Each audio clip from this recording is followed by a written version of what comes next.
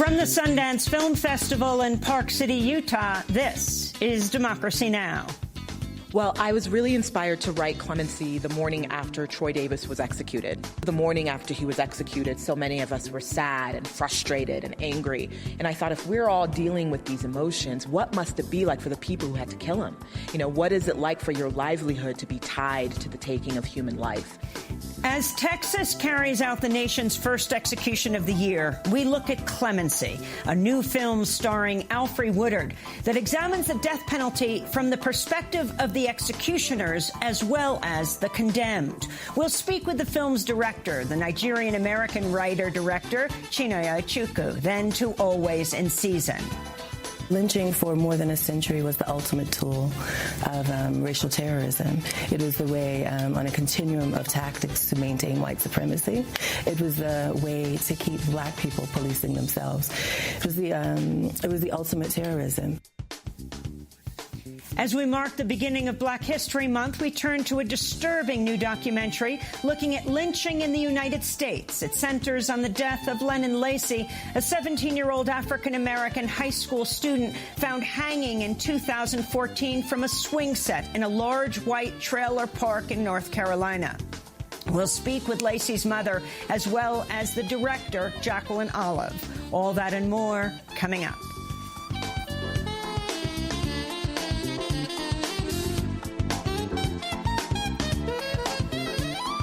Welcome to Democracy Now!, democracynow.org, The War and Peace Report. I'm Amy Goodman. The Wall Street Journal's reporting the U.S.-backed effort to oust Venezuelan President Nicolas Maduro is just the first step in the Trump administration's plan to reshape Latin America, with Cuba next on its radar. According to the report, the U.S. is planning to announce new measures against Cuba in the coming weeks, including new sanctions and restoring Cuba's designation as a state sponsor of terrorism. The move could seriously hamper foreign investment in Cuba. According to the Wall Street Journal, the U.S. then plans to target Nicaragua. In November, National Security Advisor John Bolton dubbed the three nations the troika of tyranny. Last week, Vice President Mike Pence said President Trump is not a fan of U.S. interventions abroad, except for in, quote, this hemisphere. In the latest news from Venezuela, opposition leader and self-declared President Juan Guaido said he's reached out to both Russia and China. The two countries are Venezuela's top foreign creditors and have refused to recognize Guaido's claim to be president.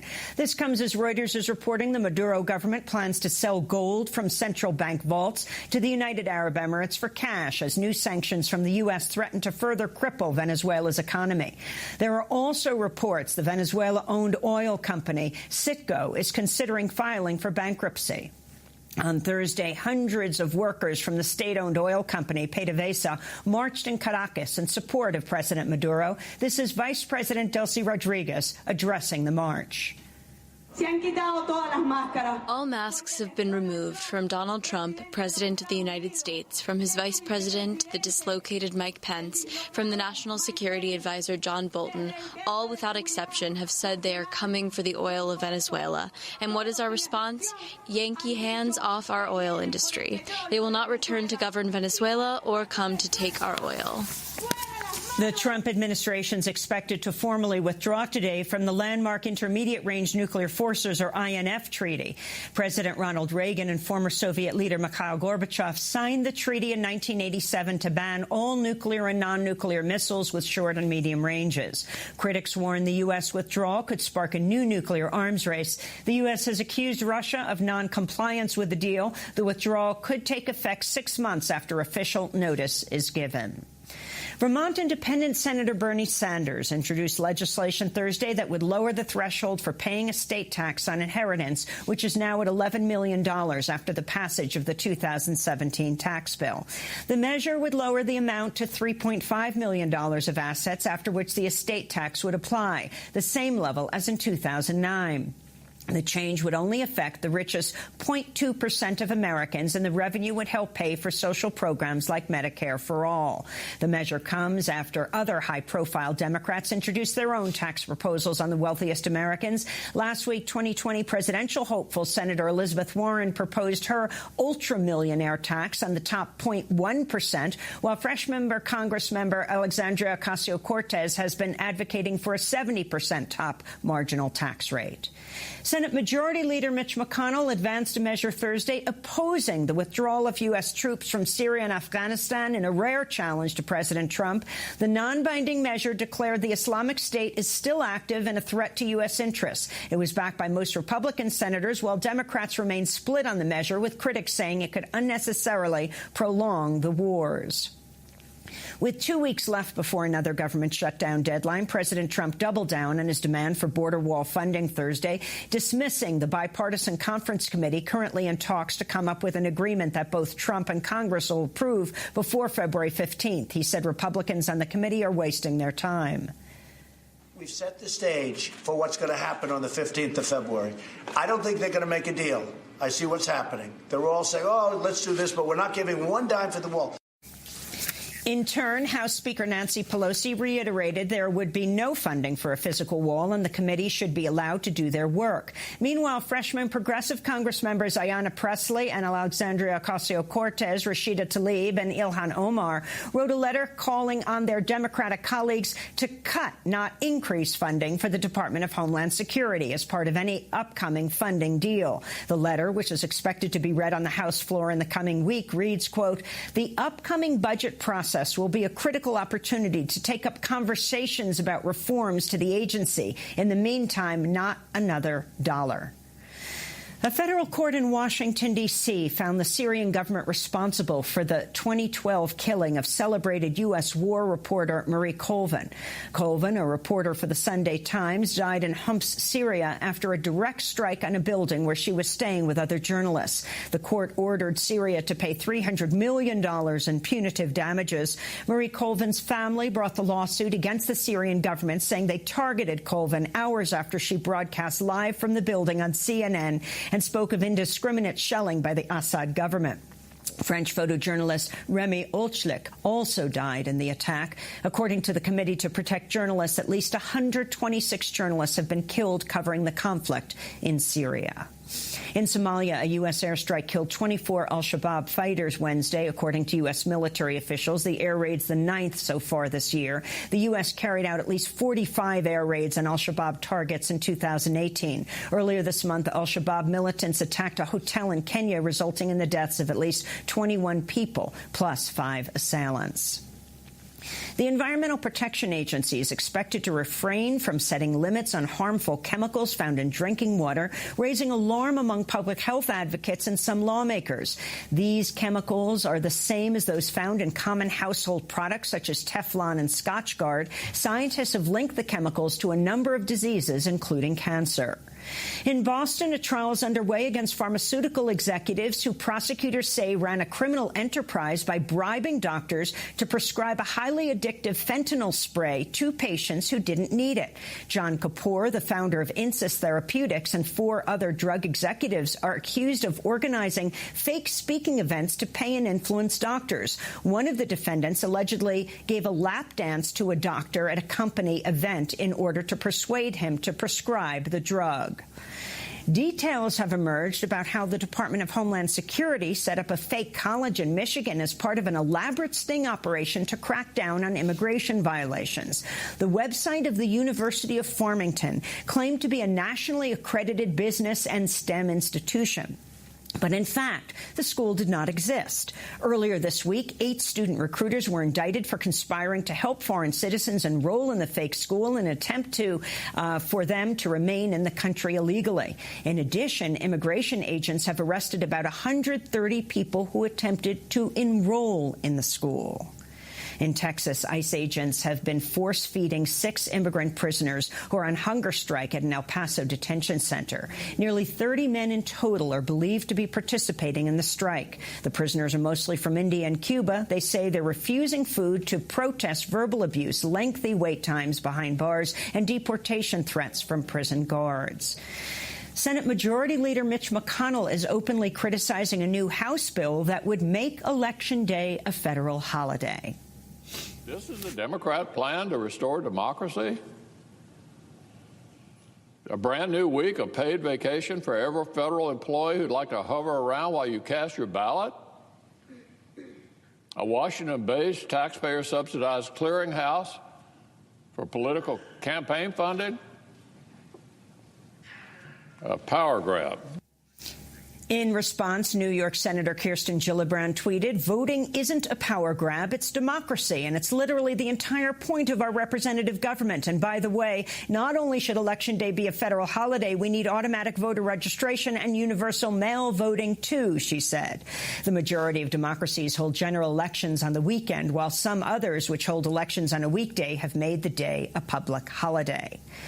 The website Jezebel is reporting the FBI warned law enforcement about so-called pro-abortion extremists in a 2017 domestic terrorism briefing. The briefing warned of both pro-choice and pro-life extremists, even though only anti-abortion advocates have been found guilty of violence and criminal activity based on their beliefs, including death threats and at least 12 murders of medical providers since 1993. The briefing was brought to light by the government transparency group Property of the People, which also recently revealed the FBI surveilled the California-based civil rights group By Any Means Necessary for domestic terrorism after they protested a white supremacist rally in 2016.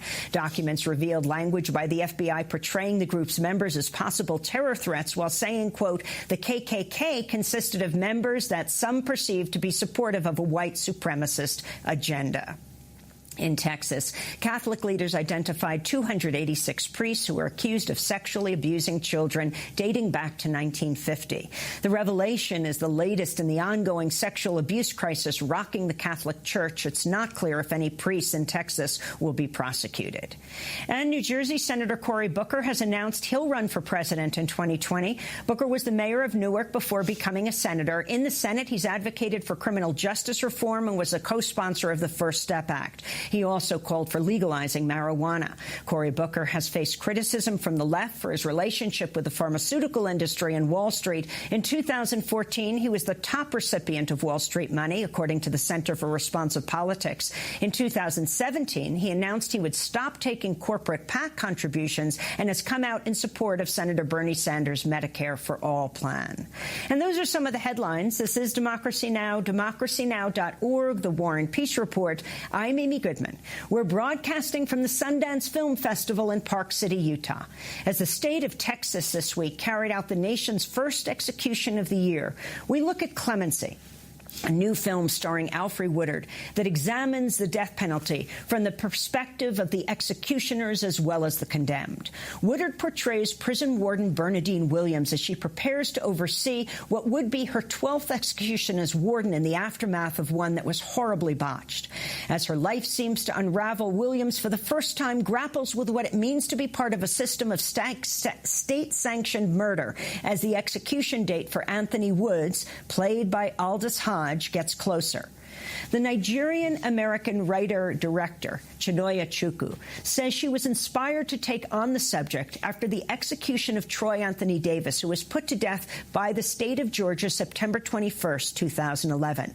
Davis's execution was carried out despite major doubts about evidence used to convict him of the killing of police officer Mark McPhail. His death helped fuel the national movement to abolish the death penalty. Well, I sat down with Chinonye Chukwu Thursday as the film continues to play before packed houses here at Sundance. She began by talking about why she made the film. Well, I was really inspired to write Clemency the morning after Troy Davis was executed. And I know that you have done a lot of work leading up to his execution, and hundreds of thousands of people around the world were protesting against his execution, including a handful of retired wardens and directors of corrections.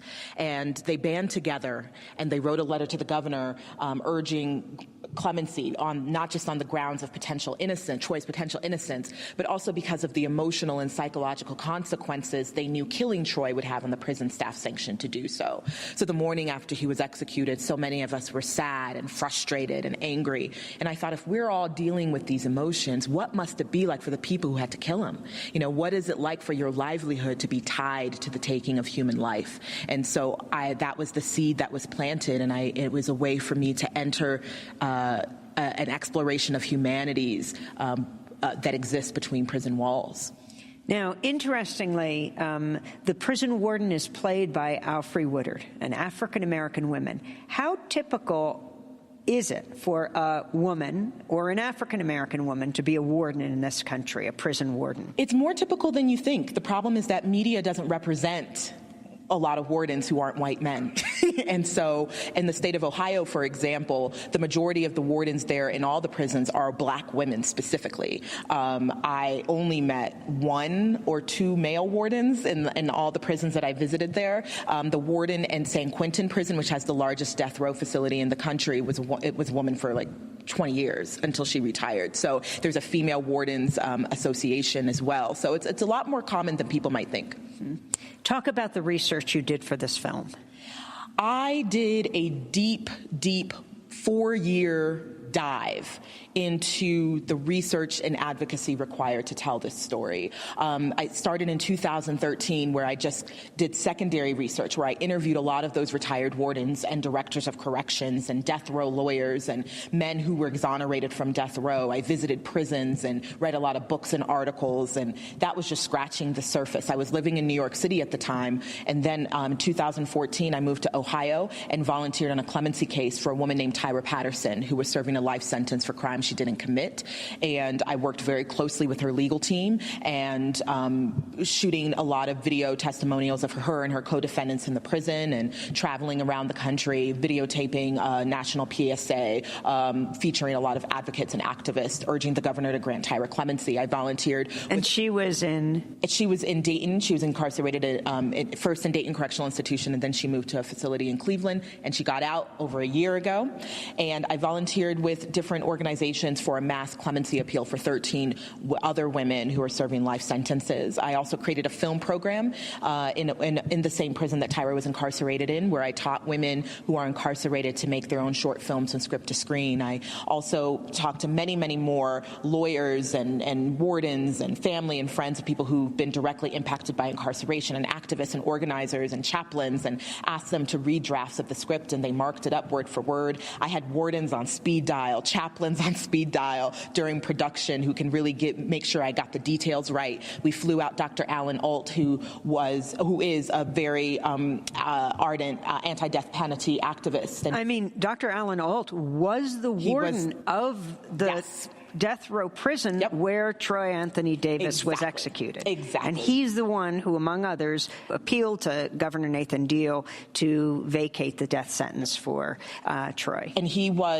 I've been speaking with him for a couple years throughout the whole writing and revising of the script, and we flew him out on set, and he walked actors through the blocking of execution scenes and how to strap a man onto the gurney, and So talk about the conversations you had, for example, with the chaplains, then in this case, you have medics that are going to inject the 3-drug cocktail into the arm of the prisoner. All of these are extremely controversial. Doctors involved with this, chaplains involved with this. I mean, were doctors willing to talk to you? And I found it interesting that in the cases in the film Clemency, it was a medic, though they said they'd call a doctor if the prisoner didn't die very soon. Yeah. So I spoke to medical professionals these were medical professionals who knew about the process, but who were not directly involved in an execution. There are states where there are medical professionals who have carried out executions, and yes, it is controversial. I mean, it has to be. They're violating the Hippocratic Oath. Exactly. Do no harm. Exactly. And I know that in the state of Ohio that there's a legislation that was trying to be passed where it would make the identities of the medical professionals who agreed to do this anonymous, or confidential, and so there isn't that backlash. And the chaplains I spoke with, they no longer are chaplains, and they had to retire or move into a different path of corrections. One person who was a chaplain who was there during executions actually became a warden of a facility that doesn't carry out the death penalty. But I know that it was a controversial choice, but I wanted to show I wanted to show the different people who are implicated in this process. Interestingly, just last week, a federal magistrate a magistrate judge issued an opinion likening Ohio's current 3-drug execution process to a combination of waterboarding and chemical fire. That opinion was used by Ohio Governor Mike DeWine to issue a 6-month reprieve to death row prisoner Warren Keith Hennis. Talk about the use of lethal injection and the chemicals. That's the other part of it. Increasingly, drug companies saying, you cannot use our chemicals, our drugs, to kill. Yes. It was really, so it's becoming increasingly more difficult and controversial how they get the drugs. I mean, there are more, in my research, there are more and more prison facilities that are getting them off the black market. And I've talked to a lot of death row lawyers who are using that as a way to, as part of their argument for cruel and unusual punishment. So the lack of the drugs and the shadiness that's involved in them getting the drugs, I found that is starting to be incorporated into legal arguments for clemency. Talk about the medics and the doctors who do this. In my research I found, and in some botched executions that I did a lot of research on and studied. Oklahoma. Like Oklahoma. Where the man's head goes on fire? Yes. Clayton Lockett, I believe his name was.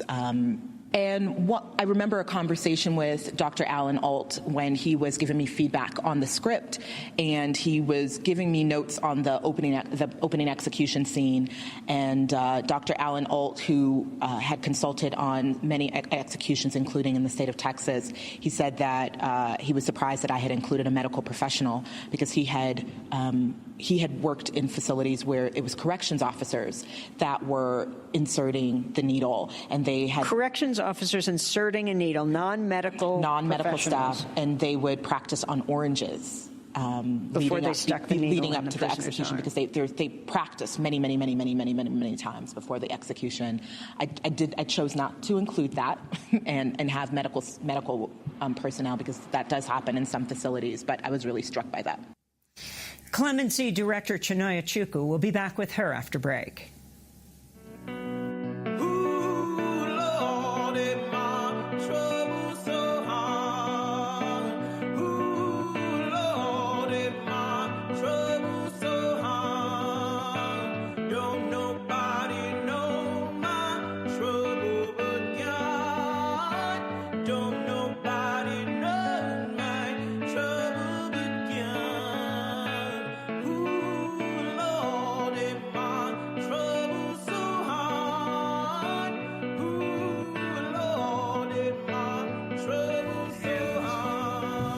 Trouble so hard. This is Democracy Now!, democracynow.org, The War and Peace Report. I'm Amy Goodman. We're broadcasting from the Sundance Film Festival in Park City, Utah, as we return to my conversation with Clemency Director Chinonye Chukwu. In Clemency, there are 2 executions. Talk about the first, a Latino man. So, as I'm sure you know, black and brown people are disproportionately incarcerated, and black and brown people are disproportionately put on death row, and black and brown people are disproportionately put to death once they're on death row. And so I was very intentional about representing that in the film. The first botched execution, it was important to show what can happen. And to show the layers of complexities in the process, and that is kind of this shadow that's cast over the entire film as a possibility that can happen again and again and again, and that really is fueling Bernadine's internal conflict throughout the whole story. Bernadine is played by Alfre Woodard. What was it like to direct her? Alfre Woodard is one of our greatest living actors. Watching her perform on set was a masterclass in acting. She channeled something in this role, and I was really excited to give her space to tap into her brilliance and just give her time and let the camera sit with her as she really taps into her craft. After the premiere, Alfre Woodard talked about her experience making the film. When I did my research, I went with her to prisons in Ohio. I met with condemned men, with women in medium security prisons, men in maximum security, and the people that work there, most importantly. The people that we ask to step into the breach where we don't want to go while we hammer out whether we believe in capital punishment or not. Meanwhile, the people who are sanctioned with carrying those executions out, they have a higher, they have the highest degree of PTSD that is comparable to our troops that do 6 and 7 tours of duty in Afghanistan. That's actress Alfre Woodard, the star of Clemency. After the premiere of Clemency here at Sundance, in the Q&A, one member of the audience said, "Why did you focus on the warden?" I focused on the warden because, for a couple reasons. I wanted to explore and challenge this system of incarceration, of capital punishment of the prison industrial complex through the gaze of a perpetrator of the system. I thought that doing so would widen the reach and widen the impact of the film beyond other progressive-minded people. And I think it would really complicate people's thinking around the death penalty and around incarceration and the humanities that are tied to incarceration if it's not told through the lawyer, through the defense attorney, or through a protester, but somebody who is a part of the system, somebody who might embody the values that, somebody who's for the death penalty might embody. And so that was my biggest reason. We've never seen this perspective before, and it expands the humanities that are tied to incarceration. Talk about the lawyer who represents Anthony Woods, the death row prisoner. He's constantly challenging the warden. Richard Schiff is the actor, well known for West Wing and other TV and films. That role and who you talk to understand this position. Yeah, so the lawyer... What I have observed, what I've found is that the lawyer, particularly for people who've been incarcerated for a long time, for many people on death row, their lawyer is their one kind of link to the outside world, and there's almost kind of like a chosen family relationship sometimes. And that is kind of what Richard's character embodies, and that is one way that we enter Anthony and get into who he is, because that's when Richard's character comes into the story, Anthony lets his guard down a little bit for the first time. And so I thought that was really important, so his character helps us see Anthony's humanity. I also didn't want this film to be about litigation or about the facts of the case or about guilt or innocence. So we never go with the lawyer beyond prison walls because it's not important. Especially it's not important to the humanities of the story. And so his character was really kind of a combination of what I've observed in all the many lawyers that I've worked closely with in the different clemency cases I volunteered for and the different lawyers I spoke with in the research. This is Richard Schiff, who plays death row prisoner Anthony Woods' lawyer. And one of the great things about what Chignone has created here is a story that's about people that are deeply affected by the processes of the state that decides to execute people. And they're the ones that literally pull the lever. They're the ones that accompany, chaperone people who are going to their deaths. And that's what's phenomenal about the story. That's Richard Schiff on the red carpet. Chignone, as your film premiered here at Sundance, the state of Texas executed 61-year-old Robert Jennings by lethal injection. It was the first of the year in the state and nation, in the state of Texas, that leads the country in executions. Your thoughts? I mean, I don't...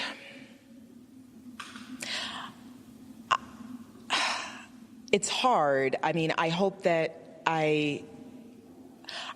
this film can challenge that. I hope that this film can really encourage people to ask the question, do we as a society have the right to kill? And not ask, should this person die or not, but do we as a society have the right to kill? And so when I hear that, when I read about that, that's the first thing that pops in my head. Were these discussions you were having on the set? Absolutely. Throughout the writing and the revising of the script, throughout pre-production, I talked about this with the cast. And, you know, some of the cast had complicated views, you know, and one of the things that makes it complicated is when we personalize. Well, you know, I'm against the death penalty, but if anybody ever did anything to my mother or my, you know, whatever, you know, or when I read about the man in Texas who was executed, the first thing, well, what did he do? I need to know what he did first before I can determine how I feel about his execution. And, you know, I had to challenge them. And I said, well, you're against it or you're not, you know, and once again, it's not necessarily about determining whether or not who has the right to be seen as human, but do we as a society have the right to kill in the name of so-called justice? And so we did have those conversations. Hollywood still is the land of white male directors. Talk about really challenging all of this and what your experience here at Sundance means and what it means to you to be an African-American woman director, really crashing through that ceiling. I don't think about it until Nigerians, Black people, Black women, Black girls reach out to me and tell me that they can see themselves in me, that me being here, me having made this film expands their possibilities. And that's when the magnitude of this really hits me. Talk about your background. I am Nigerian American. I was born in Nigeria. Where in Nigeria? I was born in River State, Nigeria, which is southeast Nigeria, in a city called Port Harcourt. My parents still live in Nigeria. Most of my family live in Nigeria. I grew up in a very traditional Nigerian household, very connected to my culture. And then I grew up predominantly in Fairbanks, Alaska. How did you end up my parents are petroleum engineers. So when I was a baby, after I was born in Nigeria, we had a short stint in Oklahoma. And then when I was 6, 7 years old, we moved to Alaska, and I was there till I was 18. And then when I was in school, in college and grad school, Where did you go to grad school? I went to Temple University. I earned my MFA in film, focusing on screenwriting and directing. And that's when my parents moved back to Nigeria. They're like, all right, the baby is good. And so they moved back, and they've been there ever since. So especially for young women and young women of color to hear the trajectory of your life. This is your first Sundance, and you're directing Alfre Woodard and Wendell Pierce and Aldous Hodge, who plays Anthony Woods, who is the death row prisoner. Talk about how you broke through to this point. Where did you go from graduate school? So one of the most impactful things to my filmmaking career was when I was awarded a Princess Grace Foundation grant in grad school, which was a $25,000 scholarship. Princess Grace of Monaco? Princess Grace Foundation. Yeah, Princess Grace of Monaco. There's a foundation, a lovely foundation, where they award a handful of film students this amazing $25,000 award to make a film, their thesis film. And that is what helped me make my thesis film, and that thesis film helped me make my first feature, and that first feature is what helped me get a fellowship at Princeton, and that fellowship is where I wrote Clemency, and it goes on and on and on. And then I got another award through the Princess Grace Foundation after the first one that helped me make a short film called A Long Walk, and it's that short film that really impressed some of the actors who eventually signed on, and along with the script. And so it was that award and continuing to make as many short films, and I made a first feature, and teaching also helped me become a better filmmaker, and I just kept pushing, and I had a lot of rejection. But throughout the rejection, I think the most useful thing that helped me get to where I am is that I had to learn how to not define my worth and my joy by external success or rejection. And once I detached from the ego of filmmaking, I became a better filmmaker, and I became more engaged in the craft of it and detached from outcome. I mean, you broke new ground in so many ways. The cast is almost all African American. Yeah, I love it. And it was just, they're amazing talent, and we need more stories where characters of color don't have to explain their existence in the narrative, where they have these full, rich, nuanced, emotional arcs that are not solely defined by their race and or gender. And your activism in prisons, I mean, this is also unusual for a director of a film, that you have spent so much time as a teacher inside prisons working with women. Explain more what you've done. So I've been a film professor for over a decade, and I've been teaching college students how to tell their own stories. So when I started spending a lot of time in the prisons talking to different women incarcerated there connected to the first clemency case that I volunteered for, I realized that me helping people tell their stories shouldn't be confined to the privileged walls of a college classroom. And I just had this idea, well, why don't I just bring my curriculum to the prison? These are stories that need to be told, and their voices there. I don't believe in giving a voice to the voiceless, that there are so many voices here and people need to tell their stories. So I created a one-year curriculum, screenwriting, directing, production, post-production, and connected them to community artists who helped them edit their films and do a sound mix. They had rehearsals in the prison, and once the films were done, we screened the films all over the country. And now that all the ladies in the inaugural class are out, they still continue to screen their films. So, and why are they in more often than not in prison? Can you, I think, generalize? Abuse. They are abused women. Abused women, sexual violence, physical violence, that can lead to other issues, that lead to other issues that lead to incarceration. The abuse to prison pipeline is, I would say, is one of the biggest reasons. What most surprised you doing this film? How emotionally and psychologically similar I am to the characters, especially in terms of their navigating loneliness and isolation. Growing up, I struggled with depression and deep penetrating loneliness, and almost at 14 wanted to take my own life, and thankfully did not. But I have navigated my own kinds of darkness and had to transform my relationship to living and death through almost dying. And I think that that's something that Bernadine and Anthony in the film are also navigating. And I was surprised at how I didn't know that. I didn't make that connection until we were shooting the film. And I realized that I see myself in these characters, and that is why that is how they came out of me. Chinonye Chukwu, the director of the new dramatic film Clemency. Special thanks to Park City Television and Conrad Yacobelis. This is Democracy Now!, democracynow.org. We'll be back in 30 seconds.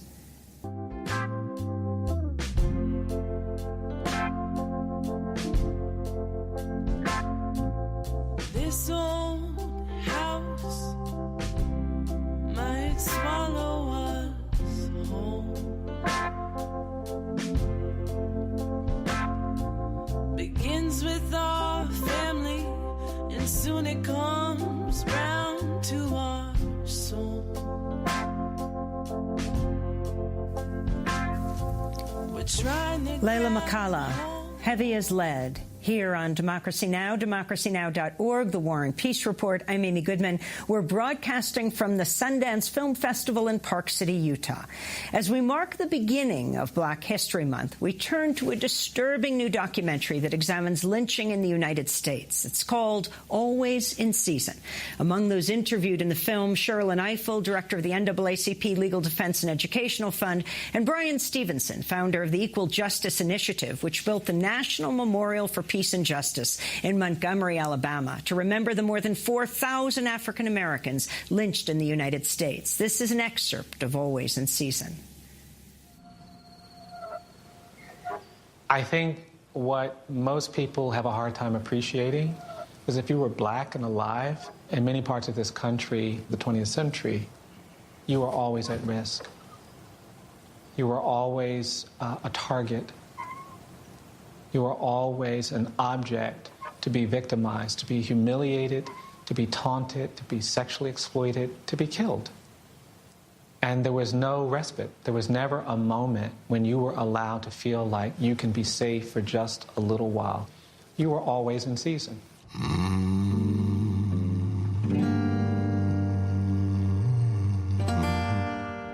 Most black men were lynched because they were accused of having sexually assaulted a white woman for murder or some violent act committed usually against a white man. But sometimes it could just be having violated the rules of, not having tipped one's hat or having left the side of the street when a white person was walking past. It could be being regarded as uppity. And it really involves a process of dehumanization, that the black man had to be physically restrained, that he was over-sexualized, that he was naturally and inherently violent, or something that's not human. And it's this very insidious process of dehumanization that begins always with words that allows average individuals to stand and watch and to participate and sometimes cheer while another human being is brutally murdered. An excerpt from the documentary Always in Season. But the film isn't just a historical account of lynching. It also looks closely at the case of Lennon Lacy, a 17-year-old African-American high school student found hanging from two belts attached to a wooden swing set in a largely white trailer park in Bladenboro, North Carolina. The date, August 29th, 2014. At the time of his death, Lennon Lacy was dating an older white woman. Local authorities quickly determined his death to be a suicide, but Lacy's family and local civil rights activists feared authorities may have been covering up a lynching. This is Reverend William Barber. At the time, the North Carolina NAACP and others have spent years trying to bring attention to Lacy's death. Reverend Barber talked about the case on Democracy Now! This young man was found almost exact date. Emmett Till was killed. He was found hanging, had the wrong shoes. Our own independent pathologist said there was no way he could have done this to himself. We've called for an independent investigation. Well, this week at Sundance, I spoke to Lennon Lacy's mother, Claudia Lacy, and Jacqueline Olive, the director of Always in Season. I began by asking Jacqueline to talk about lynching in America and why she focused on the case of Lennon Lacy. The lynching for more than a century was the ultimate tool of racial terrorism. It was the way on a continuum of tactics to maintain white supremacy. It was the way to keep black people policing themselves. It was the ultimate terrorism. And so I'd been filming in communities for 5 years across the country where lynchings happened, looking at what people are doing right now in their communities for justice and reconciliation around historic lynchings, because it's a long-term impact on the entire community. I thought I was finished filming when I came across the story of Lennon Lacy, 17, found hanging from a swing set in 2014.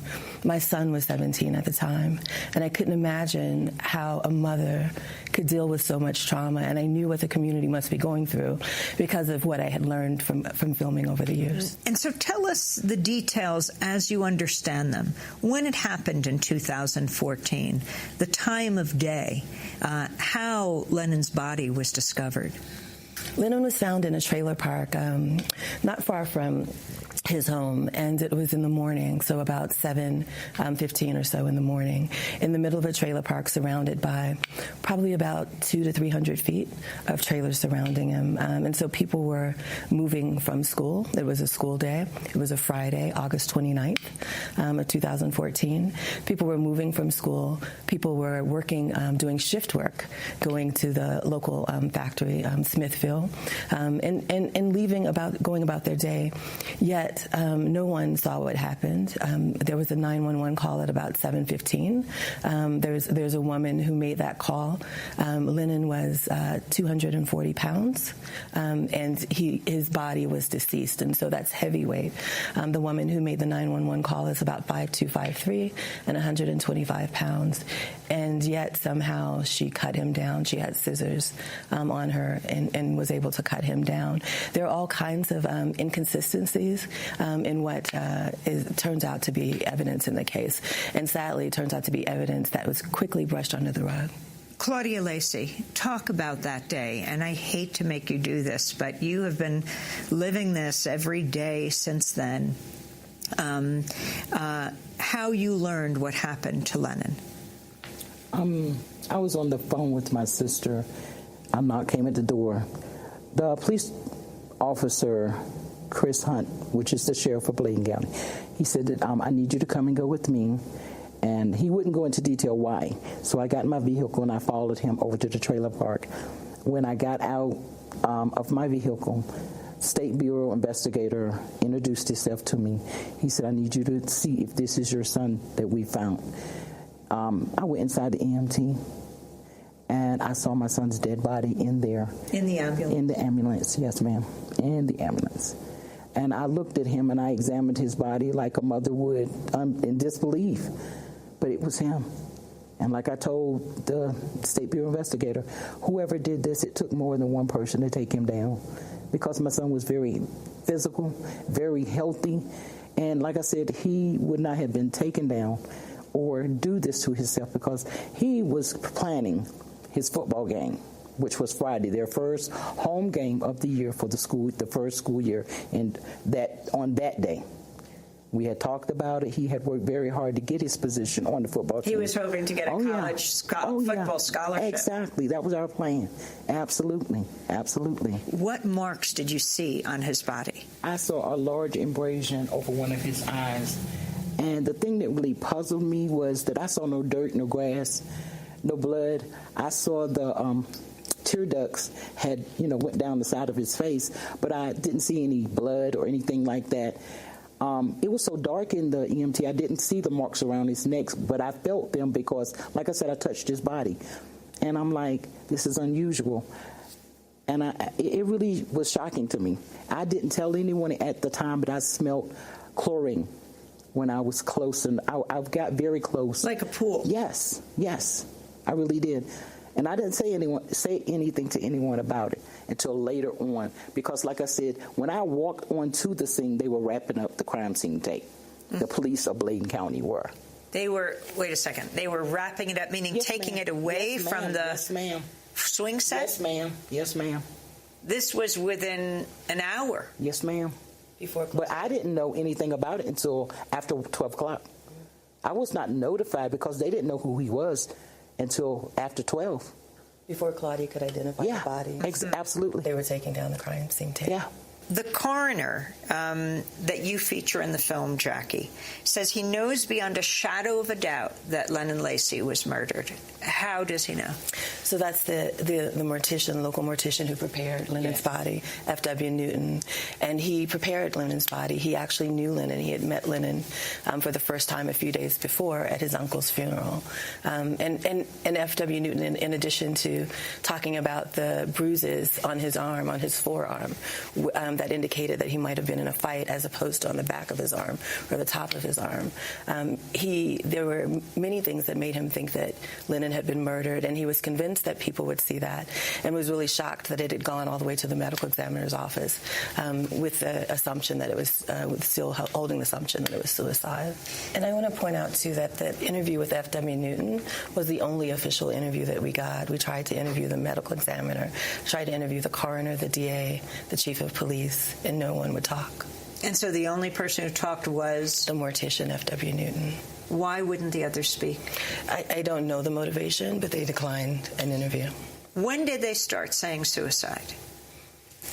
Claudia. The day they completed their investigation, which was approximately 4 days after. Matter of fact, if you listen to the 911 call, she called it that time when she made the call. He hung himself. Who said that? The 911, the person that called in the call. 911. The 911 person. The one who found his body. She was the one that said he hung himself. Suicide was then determined, if you ask me, because after that, that's the way it went. They didn't come and check for any evidence of, you know what I'm saying, suicidal, no. They didn't question any of the family to see if any of his behavior changed or any of that. There was none of that done, none of it. Jackie Olive, you intersperse the story of Lennon Lacy with reenactment of lynchings and the history of lynching. Sure. If you can talk about this, what had been going on in the county. It's very unusual to keep the history alive of what had happened to the black community. And so one of those communities where I'd filmed is in Monroe, Georgia, where a diverse group of people, they get together annually to reenact a 1946 quadruple lynching of two couples, the Malcolms and the Dorseys. And they do that to make sure that the victims are never forgotten. And the lynching was in 1946. My mom was alive in 1946, so that's a generation ago. And so they believe that some of the perpetrators may still be living there. So talk about this reenactment of lynching. So the Dorseys and the Malcolms were murdered on July 25th, 1946. And so around that time, that weekend in Monroe, which is about 40 minutes outside of Atlanta, a group of people get together and they dramatize scenes from the narrative of that lynching. And it's their way of writing their own history and writing their own narrative, a history that's been undocumented in some ways and incorrectly documented in others. And so the reenactment begin on a hot July day. It's really hot, if you know anything about the Atlanta area and the South, and still people come out and they caravan from scene to scene. They begin at a church that is the site of the gravestones where the victims were buried, and then they move to the jail where one of the victims, George Dorsey, was held, and then they reenact that scene, because what happened is George Dorsey had come home from the war and had got into a fight. He was a sharecropper and got into an altercation with the landowner that he was working for. The landowner wasn't killed, but George Dorsey was arrested. And then someone came to bail them out, another landowner, on the pretense that there was work for them. And so George called his wife, and his wife called her cousin, and Dorothy got her husband, Roger Malcolm. And they all came together thinking that they were going to work. And the landowner drove them into the ambush on the Morris Ford Bridge. And so the final scene of the reenactment happens in that site where the lynching actually happened. So you're talking about public spectacles, and lynchings not in this case, but people came from miles around, sometimes 1,000 people, to watch an African-American be lynched. Absolutely, and sometimes the crowds were more than 1,000 people. In Waco, Texas, in 1916, 15,000 white men, women, and children came out to watch the lynching of Jesse Washington, and that has happened many times across the country for over a century, from about 1872 to 1964. Experts believe that they've recorded about 5,000, nearly 5,000 lynchings. And most of those victims were African Americans. They actually believe that the numbers are probably closer to 15,000. Those are just the numbers that they could document. And so the thing that really drove me about understanding this history is the impact. Because if you can imagine that in communities where half the people in your community came out to watch a lynching by the thousands, and what that feels like to hear thousands of people in your community cheering the violence on, hearing the screaming, the laughing, the roaring, even if you weren't in the midst of it, even if you didn't agree with it, you still were impacted by it. And so the question for me is what's been passed along from generation to generation in families, both black families and white families. So, Claudia Lacey, as you watch this film, you know the story of your beloved son, Lennon, but to see it put into this context, what was your reaction? It's hard to explain. It's heart-wrenching. And it allows me to grieve because it tells his story the way I wanted it to be told, and it shows people what I had to endure. Not because of what happened, but where I was and the circumstances of how people tend to overlook right and wrong and choose who's right and who's wrong, who should and should not make choices to take matters into their own hands and do things that are inhumane. Being in a community that close and that small, and for you to say, I don't know, we didn't see anything, and to see her put it into words, into action, and to connect it with history is terrifying. So where does your search for the truth go now? I mean, there are these deeply moving parts of the documentary where Reverend Barber comes to demand accounting and to amplify your voice around the country. That's what I wanted to do. Start the conversation so we could stop the hate and killing. Start the conversation so no one can think they're above the law.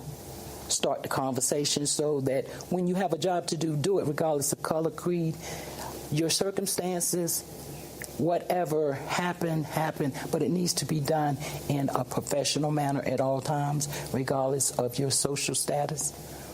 People need to be respected as human beings, sisters and brothers, mothers and fathers. If it was your child, wouldn't you want to know that everything possibly legal, human, and right was done to find out what happened? Do you have any inkling at this point? It's been more than 4 years. Did anyone come forward in this case? Lots of people did, but they were intimidated, just like she said. It's a repeat of history. Ran away, threatened, scared, locked up. Someone was killed. My son and I heard of an actual killing, but it was like an accident. You didn't hear anything about it. It was tape, the whole nine. By the time we got to the scene where the car hit this person, it was all cleared up. You couldn't see anything but the blood stain on the sidewalk in Bladenboro. And was that the man who lived across in the trailer park where Lennon was found? Mm-hmm. The trailer, absolutely. The trailer that was directly across from the swing set shortly after Lennon's death, within 24 hours, was killed in a hit and run. One of the many parallels to what's going on historically that Claudia and Pierre and many people in Bladenboro have had to deal with is that the trauma, the real tragedy of a possible lynching is compounded by the denial and the cover-up. Not only do you have to deal with the death, but then you have to deal with people telling you that you don't know what you're talking about, that it's not possible that your son might have been murdered. And so it's a compounding tragedy that nobody should have to deal with. Claudia Lacey, your final message to the world as you continue to search for what happened to your son. Be kinder to each other. Watch the movie as though it was your family. Understand what we're trying to say and show you. It's time to stop and start healing. That's Claudia Lacey, the mother of Lennon Lacey, and Jacqueline Olive, the director of Always in Season. Claudia's son, Lennon Lacey, was found hanging from a wooden swing set in a largely white trailer park in Bladenboro, North Carolina in 2014. Bladen County, North Carolina, recently made national headlines after a Republican operative was accused of tampering with absentee ballots in the still unsettled midterm congressional race between Republican Mark Harris and Democrat Dan McCready. And that does it for our broadcast. To see our full week of coverage from the Sundance Film Festival here in Park City, Utah, go to democracynow.org. I'll be speaking at 1 p.m. today at the Park City Museum at 528 Main Street. It's an event sponsored by Dolly's Bookstore. It's free and open to the public. And I'm really looking forward to addressing the students this morning at the Academy for Math, Engineering, and Science, that's AIMS, in Murray, Utah. Democracy Now! Is accepting applications for a full-time one-year paid news fellowship. Details online at democracynow.org. Special thanks to our crew here at Park City Television: Danielle Turner, Robbie Johnson, Diego Romo, Brendan O'Leary, Kristen Parker, Jacqueline Daly, Udibia Barrios, Ethan, and Derek. Democracy Now! Is produced by Mike Burke, Dina Guzder, Nermeen Sheikh, Carla Wills, Tammy Warrenoff, Sam Alcoff, John Hamilton, Robbie Karen, Hani Massoud, Charina Nadura, Tay Marie Astudio, Libby Rainey, Renee Feltz, and Dennis Moynihan. Mike DeFilippo and Miguel Noguera are engineers. Special thanks to Becca Staley, Julie Crosby, Hugh Grand, David Prude, and Ariel Boone. Again, check out our website at democracynow.org for the full Sundance Film Festival coverage. I'm Amy Goodman from Park City, Utah.